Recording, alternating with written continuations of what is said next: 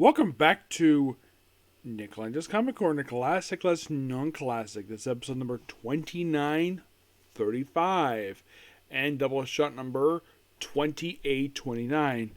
Now, these two trades, well, the big thing they have in common is that they're, well, one is a very negative received run, the other one's very mixed. Another thing, they both feature characters who are formerly teenagers who now have big books with the fill. Okay, first what we have is Amazing Spider-Man by Zeb Wells, Volume 10, which collects issues 45 to 49 of Amazing Spider-Man Volume 6. Yep. So, your artist for this book, for these 5 issues published in this very book, plus also collects 2 stories from Web of Spider-Man Volume 3, Number 1. It collects, well, for 45 and 46, it's Carmen Carino. 47 40 is Tom Nedick. And John Romita Jr. does 49. He also has a cover with Scott Hanna and Maria McInnes. It also collects Free Comic Day 2024, Ultimate Universe Ultimate Star, and Target Peter Parker with Ryan Stegman the artwork. So, here's what happens. In the opening issue, this one resolves a plot thread that was put there back in 25, where Anna became insane and they put her in Ravencroft. And in this very issue, they cure her of her insanity. Yep, and also, basically, Peter quits work for Oscorp.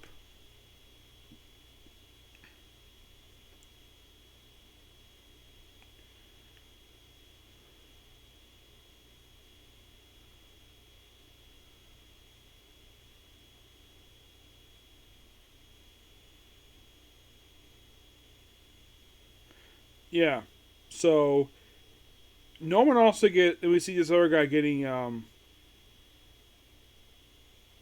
this actually is Dr. Connors. I can't tell with the artwork. So it's Kurt Connors like showing his new e-bike. This floor is a digital clean room, no phones allowed. I'm an airplane road, I don't care. And it's all about this brain that's here. Does it play here? Not really. So let's start with Mary Jane, who's going by Jackpot, who, yeah, Anna's been cured, but still stays in the Institute. And then Peter sees the Sandman, and he's eating a pie. He has this device, and he keeps his.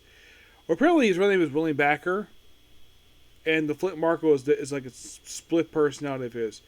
And then we see a new, Sinister Six forming with Dr. Octopus, Kraven the Hunter, Mysterio, Electro, and Adrian Toomes the Vulture. So, then I'll break them up. And of course, then we see return of Michelle. Michelle is a friend of Janice Lincoln, a.k.a. the Beetle, who was a guest at her wedding to Randy Robinson. And this kind of starts a thing between the two of them, which is interesting. It doesn't really go anywhere at all. And then, the Sinister going, I want to break on, of course, you have the Jackpot Power, which, okay, so my friend Tivia hates the fact that Mary Jane has these powers, and this, you think this is going the wrong direction. Look, I don't mind if a supporting character from a popular character comic gets powers, their own suit. That's fine. I think the problem is basically have her using a code name used by 2 women, one of whom is dead, and when the character, the original Jackpot, first showed up, Peter thought she was MJ. Because, the red hair. So Emma proceeds to leave, but the Sinistrix, oh no, you can't harm Anna because she's the mayor of Ravencroft. Yeah, so basically the inmates taking for but since they're gonna have Anna, They all turn on him and they all decide to stay. Electro basically is captured. So then something weird happened. The doctor who's talking to Sandman, it's like the device not working. And he just turns to sand. He just like just leaves. And apparently, like, yeah. And then we have the very next issue, issue 47, not focused on Peter. Oh no, this focus on Chasm and Hollow's Eve. This is also something I do get my friend Tibby on this one here. I do not agree with basically making Ben Reilly Chasm. That was a terrible idea. Turning his girlfriend to Hollow's Eve, I don't have an issue with that. I think it's fine given the fact the character, prior to coming back recently, didn't appear very much. Yes, so the whole issue is about them reuniting, and then of course MJ is here, and of course you have Peter with this woman named Shay. Now, by the way, this woman, it's not Flash Thompson's ex. Nope, it's a completely different Shay. They have a date, and he's like has to leave. And then we see, I don't know why this is. So, yeah, so we have this random guy with a goatee. It's like, okay, is the artist trying to poke fun at Dan DiDio from DC? Well, actually, he doesn't work DC more. But yeah, look at this goatee. You're thinking, like, with the way he looks here, it's like the artist is clearly poking fun of Dan DiDio with this thing. Like, answer me! Did you call the cops? Nope. She called Spider-Man. And basically, this part of the issue is a follow-up to the Hobgoblin storyline. I'm like, really? It took you a year to follow up with this storyline. Yes, so then we have this brain thing again.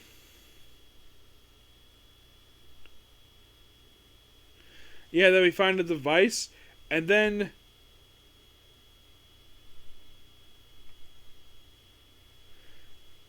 we have, well, Chasm and Hollow's Eve. Like, love Betty Jane. Like, that's not my Brandt. Her name is Betty Brandt. Betty Brandt. I'm pretty sure it's Betty Jane. Ben, you're confused. You need help. And then, like, oh, bring their therapist in. The clone Dr. Kafka, who became Goblin Queen Goblin. Which, yeah, last time she appeared was she was with Kraven the Hunter's, like, the new one anyways. Which, by the way, these two slept together. Like, okay. And then they just, like, oh, because Dr. Kafka's still aside, so she's still in this form. Yeah, have a conversation with the couple. Yeah. And also we have this guy wearing a mask. Like, here's the thing. This guy under the mask, it's... They don't say who it is here.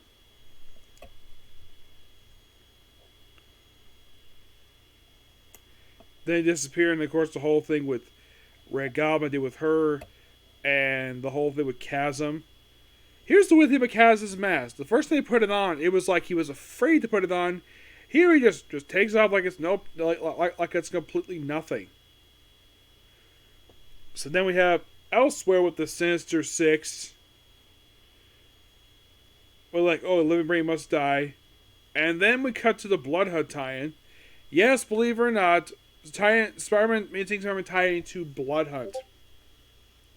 Bloodhunt was simply put, oh, let's turn people with the vampires, which this is the second Bloodhunt tie-in I've reviewed. Yeah, and here's a little fact about this particular issue. This led into a Amazing Spider-Man Bloodhunt miniseries, which lasted for 2 issues and is not in this trade for some reason. You're like, what? This led to a miniseries called Amazing Spider-Man Bloodhunt and it's not in this trade? Yeah, For some weird reason, it's not here. Like, you would think it would be here. Nope, it's not. And then we see the thing issue where White Rabbit is basically a vampire. We have basically people taking out the vampire. This is a John B. Jr. issue. Because, of course, you had to return doing a story I actually really liked. Yeah.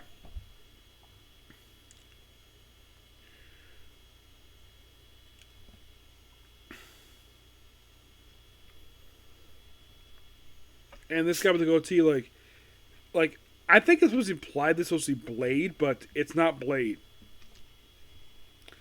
It's like the artist, like, you think, okay, is this supposed to be Blade? Let's find out. Because I don't think this is Blade.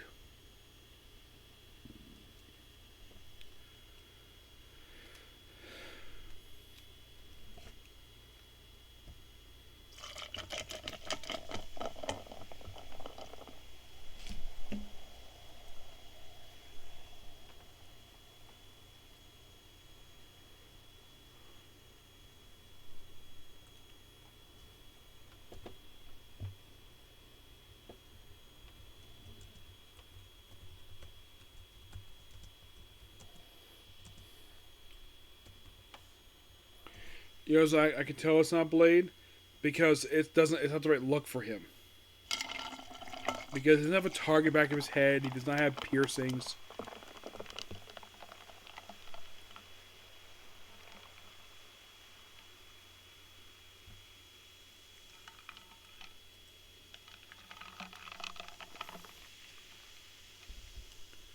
So this actually is a guy called Karam, who's a henchman of Tombstone, which prior to this issue, the guy last appeared in issue 4 of this very book. Yeah, he is simply put a minor character. And with a cover like, oh, is Michael Morbius an issue? Nope, not here.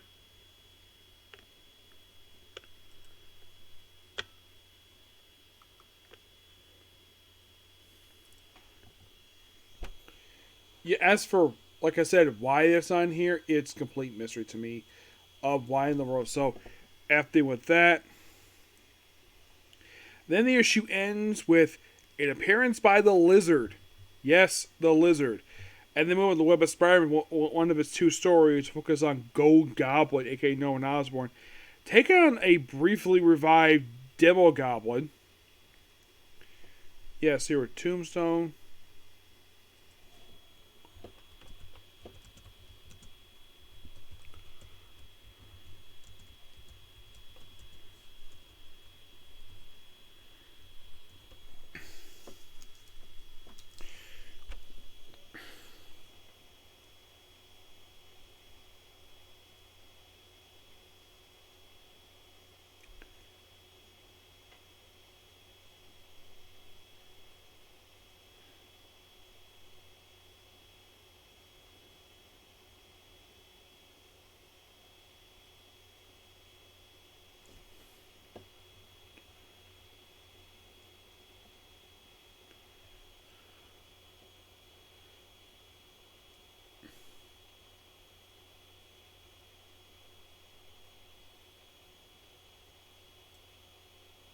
So yeah, basically what they threw in here is a 2-part Amazing Spider-Man 1 for this particular book.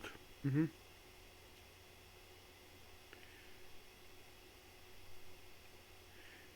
Yeah, then they do the Spider-Man one involving a rat. Like, this previewing thing, well, it's a Free Comic Day issue and deals with a woman named Shay.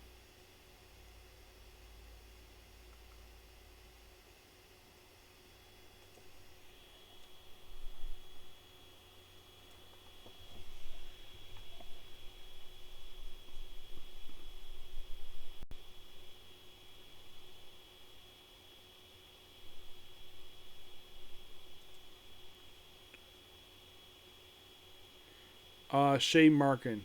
No information about her yet. Yeah. And is that the whole book in a nutshell? Yes, it is. It is interesting. I do like the stories not done by John Romita Jr. Yep. I say some of the stuff is really good, but not all of it. Good book at 8 out of 10. Next up is Titans Beast World, which contains the main event of Beast World, which was 6 issues, along with issues 6 and 7 of Titans, which ties this whole story. Written by Tom Taylor, artwork by Ivy Reyes, Lucas Mayer, Travis Moore, and Eduardo Panisca, which I heard from Chuck Dixon's guy used to be inker. And the cover is done by Ivy Reyes, Danny Mickey, and Brandon Ayers. Danny Mickey is the inker of this book. Danny Mickey, a little fun fact about him, he actually started his work with Rob Liefeld. So yeah. Basically, this book was built up in the opening arc of Titans. So we have Brother Eternity talking to the public, and then we have this thing, people like Hands of the Future Knots, where they basically find this. They're on this planet, like a temple, and then there's the whole thing with Raven and Beast Boy. They basically deal with whatever. They have this crazy thing in the course that Titan's Tower, basically by all the heroes here, which here's where I see who's here. Looks like basically I see the JSA, Superman, Supergirl, some green skinned woman, I don't remember who she is. It's not Beast Boy. Wonder Woman, Jesse Quick, Tim Drake. I think this is supposed to be Cassie Kane, Damian, Raven. A lot of people associated with, even Steel is here, along with Avery, like a bunch of characters here. So they're convenient about this major threat happening. And it all relates to Starro beating this particular virus. So Batman helps out. This may have been the first time that Tom Taylor wrote Batman, like probably first time he wrote him since that in continuity, first time made books as Batman Detective. So they deal with this threat, and then Beast Boy gets affected. He goes freaking nuts. Also, and indirectly, this event helped set up Absolute Power. Yep. Because people just did not know. And we have the whole thing with Dr. Hate here, who's based on a split decision of Raven. And Ever gets affected this whole story, and everyone's like fighting back against it. I remember one point in the story where some idiot person was like, "Oh, the Titans are hiding like a war criminal." It's like they're saying that Beast Boy caused all this stuff, even though that no, he didn't. It was an alien virus who did it. They're blaming the wrong person because of the meta commentary people trying against the. Then we have Wallace show up here. Yep. Yeah.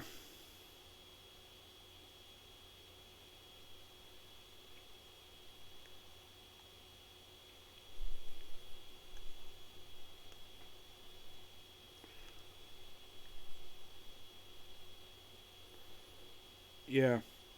And of course, we also have Take a Chimp here as well because it's so fun.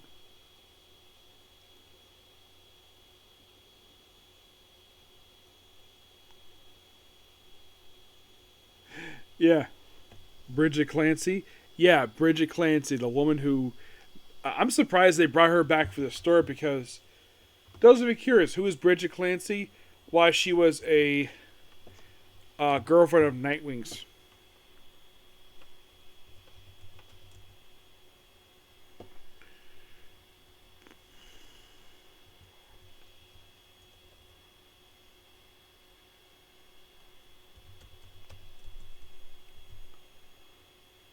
Oh.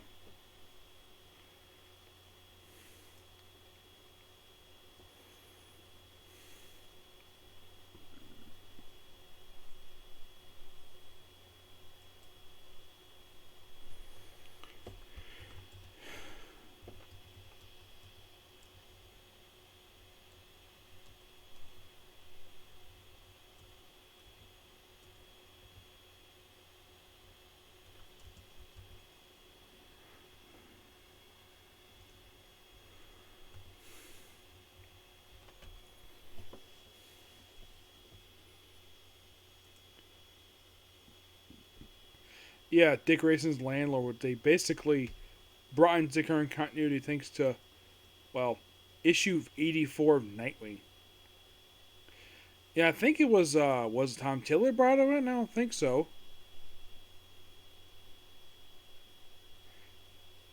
Yeah, it was Tom Taylor. He brought her in. And then she appears for this issue and the issue of Titans, and that's been it for her. It's kind of surprising he brought her back here, and of course meets up with Detective Chimp. And Power Girl helps out too. That's where her be affected. Johnny uses electric powers, and we have this really cool scene of like a recreation of Brave and the Bold number 28, where we have the various heroes taking this giant eyeball. Yeah.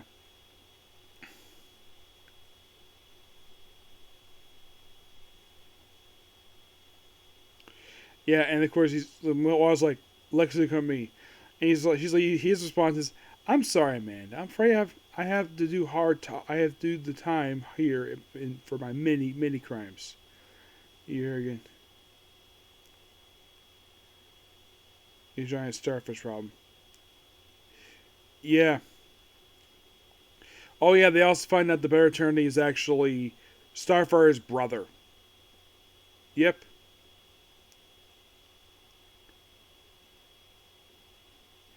Yeah, for some reason he's Brother Eternity. For reasons. And like a lot of people get infected, other people are getting cured. Of course you have Starfire punching her own brother.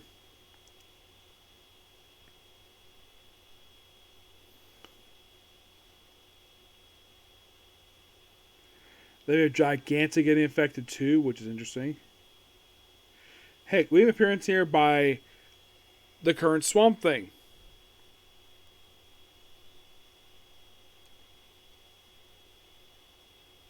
This is what I mean. This is oh yeah, this is Sarge Steel thing, like because it's a Bureau of Sovereignty, and of course he's blaming Beast Boy for this, even though that it's not his fault.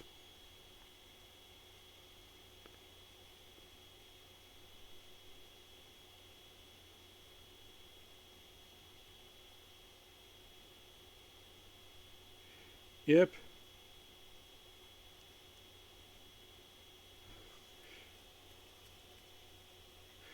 And of course Lex has to help out too, and basically we have this funny like variant basically of Harley Quinn turning into a rabbit, which is funny. And Wallace gives a speech about basically superhumans, despite the fact that, well, it's completely pointless. Then Nightwing shows up in Waller's office, like, where'd you come from? I came here to talk. He sees the chest wrestling. Peacemaker, step aside, there's no need for violence. Waller? Is there any violence? The man just broke into a government facility. I take it as a yes. And of course, Nightwing basically busts the gun out of his hand. I was on a piece of smug spirity, and punches him was like, even though his head, even turns his helmet backwards, and kicks him in the head. I see what you're doing. Of course you are. You are many things, but I appreciate you're not an idiot. You need to place people against us so you can have everything under absolute control. You lecture me? No, I'm here to tell you the infected don't have to die. The drones are in the air. The target's a program. Call off the strikes. We can save all of them. You don't want us to save them. Damn, Cyborg. Do it. Take control. And Waller's like, Commander Waller, we've lost control of the drones. All over the world, they're abandoning their targets. Yes, you have no choice. You're going to slaughter innocents. Whatever you told yourself, that's not actually a hero. Humanity doesn't want heroes. Then, of course, basically, she's attacked by Raven. Yes, Raven shows up, basically. And, of course, they stop. And, of course, the whole thing with Dr. Hate. It is wrapped up. And, of course, there's a funny, it's like, I can't see. It's so funny. Then he takes off his helmet. It's like, yeah. And we see two Ravens. And this is a loose follow-up to the next division for Nightwing. Yeah, everybody gets cured. Then, like, the president basically, like, I had this really cool ending here where Nightwing pays a visit to the president, Now they don't say which president it is, just the president. Like he try to be good gesture. Like, no, not necessary. You think was behind this? Should he? And then he gets a call like, "Now it's done. Thank you, Donna." And he informs him, "This, sir, I just see confirmation that the first lady is no longer affected. Donna Troy has dealt with the spore. Your wife is free." And he's like, "Thank you." And of course, basically, they could turn to each other.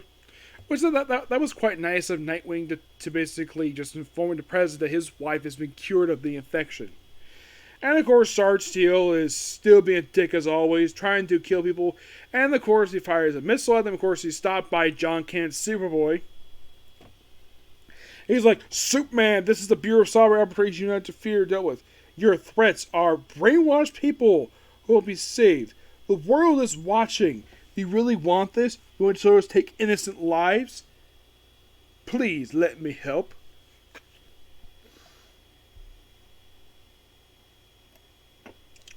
And of course, they have stuff. Then you have Donna try to put on some basically some special armor to deal with this stuff. And they kind of deal with Dr. Hate stuff, and actually I wasn't cured about the end. Though Dr. Hate basically ends up taking the real Raven, stealing inside of her own diamond, and takes over her body. Yep. And then basically, like, she's talking to... And then it's really at the end of this book. Waller has taken control of the Hall of Justice and renamed it the Hall of Order. Because the place has been abandoned since Dark Crisis, so she figured, oh, hey, take it over. And of course, basically, it's like to lay the groundwork for basically absolute power. Yep.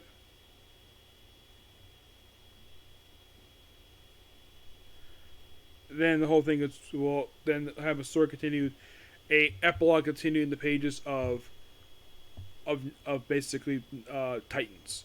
I gotta admit, the Beast World stuff actually was a lot of fun.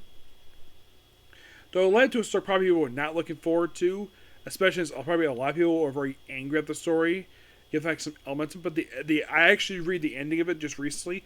It actually had a really good ending. It had a very satisfying ending. I'm not gonna spoil it.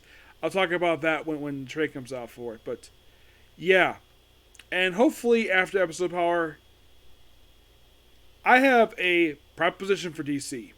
Take a break from events. Like, we don't need more for a while. Like, since this event is over, take a break for about 5 years. No more major events. I don't mind an event for Batman. Or an event for Superman. But no company-wide events. You need to take a break. Because the last few years you've done a little too much. Yeah, I'd say in the last hours they keep constantly every year. Like, take a year or two off from these company-wide events. Just give people a breather. And also, don't charge people so much freaking money. Yeah. But yeah, that's basically a particular view. Please be sure to like, comment, subscribe, turn notifications, and doing this. Oh, I give Titans Beast World a 9 out of 10 because I actually like that story a lot better than what Deb Wells was doing. Okay? Now, I'll see you all probably tomorrow at this point because I don't think I have time to do more videos tonight. So, see you next video. Bye.